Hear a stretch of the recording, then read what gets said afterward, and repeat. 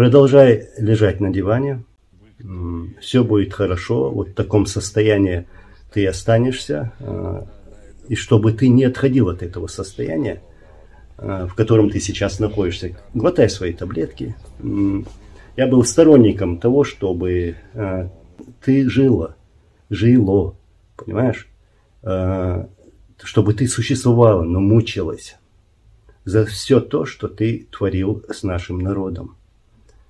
Вы перешли все границы, и перешли их в 99-м году, когда к власти пришел Путин, то есть он захватил ее. И за все придется отвечать. Так что живи в своих муках, а потом, после твоей кончины, когда наступит этот день, тебе и другим тебе подобным придется за все ответить, иншаллах.